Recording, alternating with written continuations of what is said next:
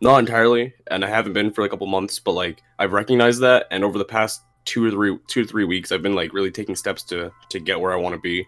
I'm happier than I was a month ago, much happier than I was 2 months ago. Not entirely the happiest I could be, and I've been much happier, but I'm where I want to be, and I know I trust where I'm going to go. So that's kind of where I'm at. If you have one message to tell the whole world, what would you tell them? Reach out to people when you need help. Your parents are also people, and just remember that sometimes. And hey, they most likely have your better interest when you even least think about it. So, and also stay hydrated, boys. Drink water. That's mad important. Stay hydrated. That who Oh, ghosted you? Do you have any? the one girl. Yeah, yeah. Um, well, she texted me back, right? I texted her like I texted her about 3 days after she's like stopped responding. I was just like, hey, I don't know what's up. Hope you're doing all right. And that was it. And then like, some more time happened, and I was just like, all right, I really don't understand why like she out of nowhere she just stopped talking to me because we were talking for a while and we had like really good chemistry and things were going good. There was really no reason for it. You know what I mean? And so I texted her again. I was like, hey, I'm not sure what happened, but like.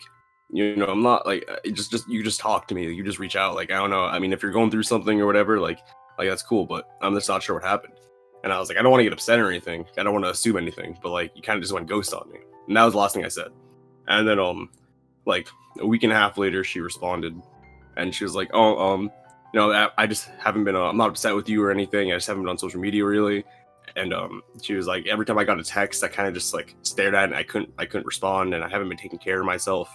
And she would just like, I don't know, she was just like going through what she was telling me. And she got a job and she's like been really really really busy because she's had to like pay she has like bills and stuff to pay. And Yeah, but like so she's telling me all that.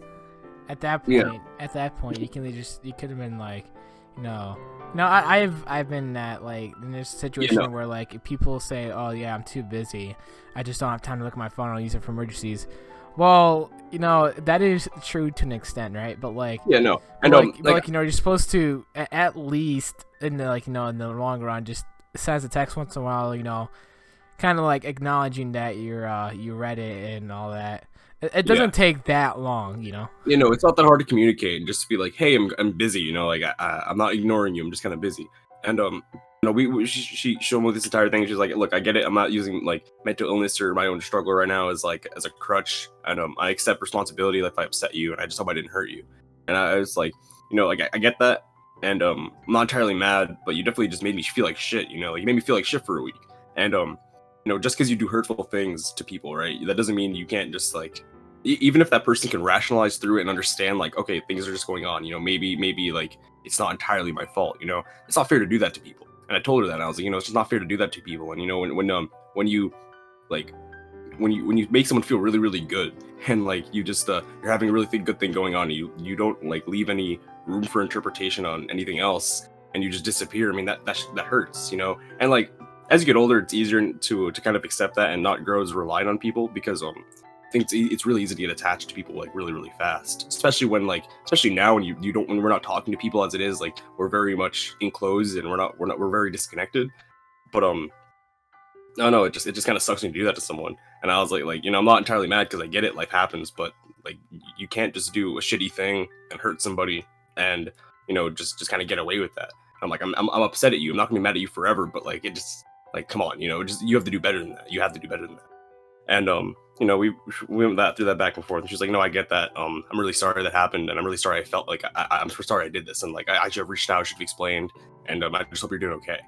And she apologized, and like now we've been talking for a couple of days, and like she's been better, and just more like she's more open and more communicative, and just telling me things like like, hey, I'm busy today, or hey, like I fell asleep, or just like she's, I mean, overall, like not just like ignoring everything. So I mean, there's progress. I'm still not investing as much time though, because like I don't know, I refuse to let anybody else make me feel like shit for that long. You know what I mean? It's kind of just I'm over it. At a certain point, you just got to stop investing that much time into other people, and you got to invest that time into yourself. And if other people want to put time into you, then you can put time into them. But like, don't give back to people that aren't giving. So Yeah, dude. Like, as like men, you know, it's good to be lonely, but you know, but like you know, like not like yourself, you know, like but just not by yourself. Like you know, people always say learn how to be happy, but you know, with yourself. Like you know, when I think that is true to an extent, but like also like you know, look at people at solitary confinement, like you know, you're gonna tell them that too. It's you kind of need more of like I mean, a little bit of solitary something, you know? confinement, solitary confinement, and just being by yourself are different though. I mean, I get how the last year and a half has felt like you're stuck in your house and it feels like a prison almost. But I don't know, like there's a point where you can do a lot of looking within and like just learn a lot about yourself and learn how to enjoy your own company and your own time. And you just do what's best for you. And you know, if you can do that, you know, I always say that you know your happiness shouldn't rely on like a person. Your happiness shouldn't come from like solely one person. You should have a lot of things that like inspire you to make you happy.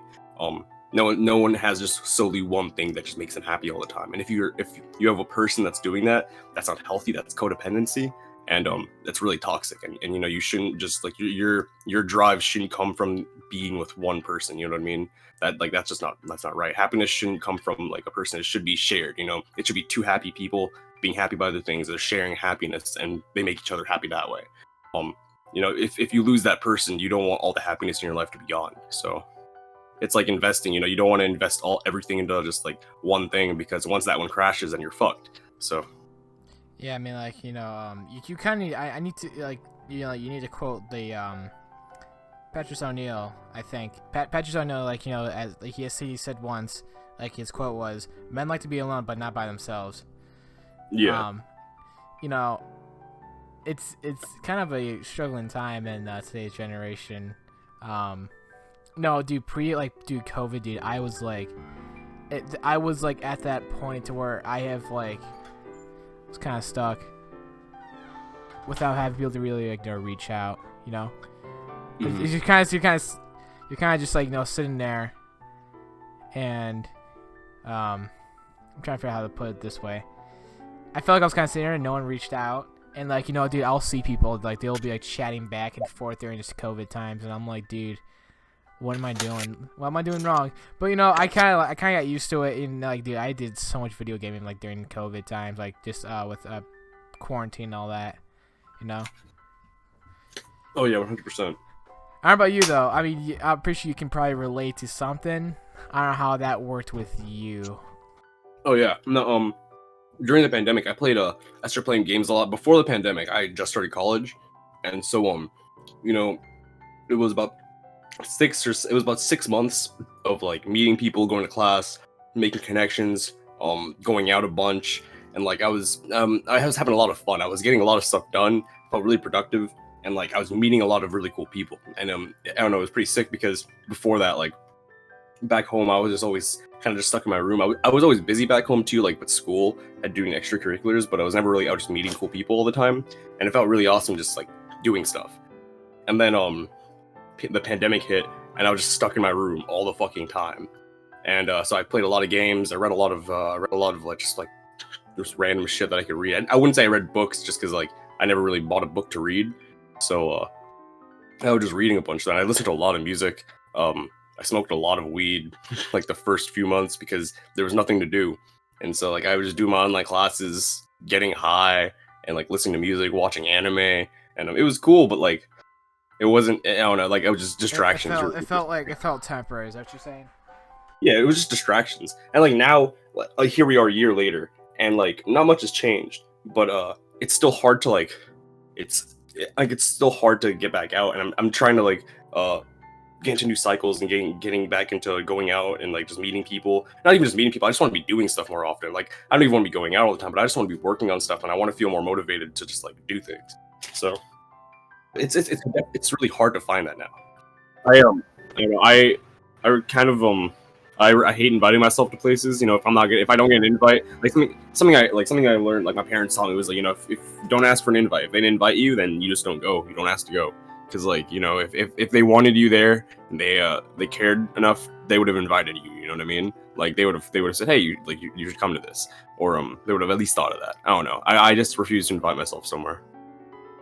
It's a pride thing, it definitely is, but it's also like I don't know. I refuse. I don't see a I reason to be feel around I fake feel people. I feel I would feel like, sometimes I feel like I'm respecting someone's, like, I hate inviting myself to places, but like I can't, because I respect them. Like, I respect their um what's the word? Respecting their, Their boundaries. yeah. I'll say their boundary a little bit, just kind of respecting it.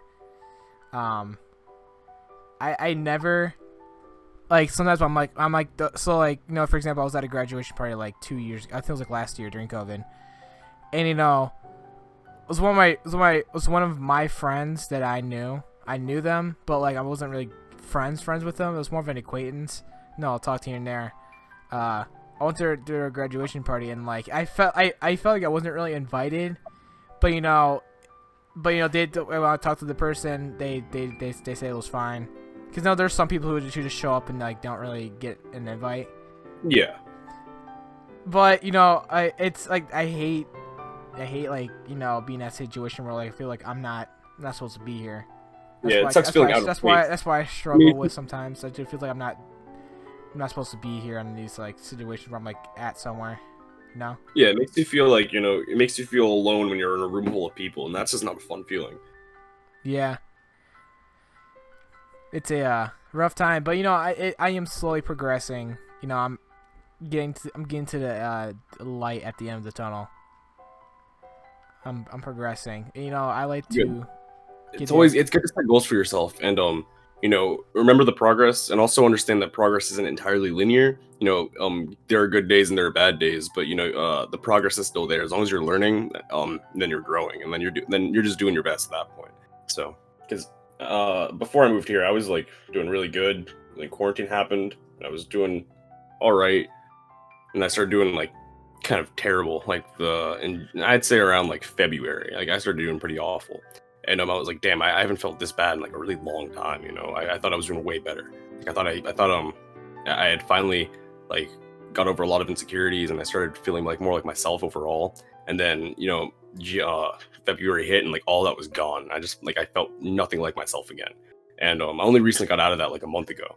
But it's an odd time. But as long as you remember it, sorry, something I had to remind myself of that like really helped me was that I'm worrying about a lot of stuff right now, and there's a lot of stuff I don't like. But at the same time, I remember like a couple years ago there was a lot of stuff that I was dealing with, and right where I am right now is where I wanted to be at that point.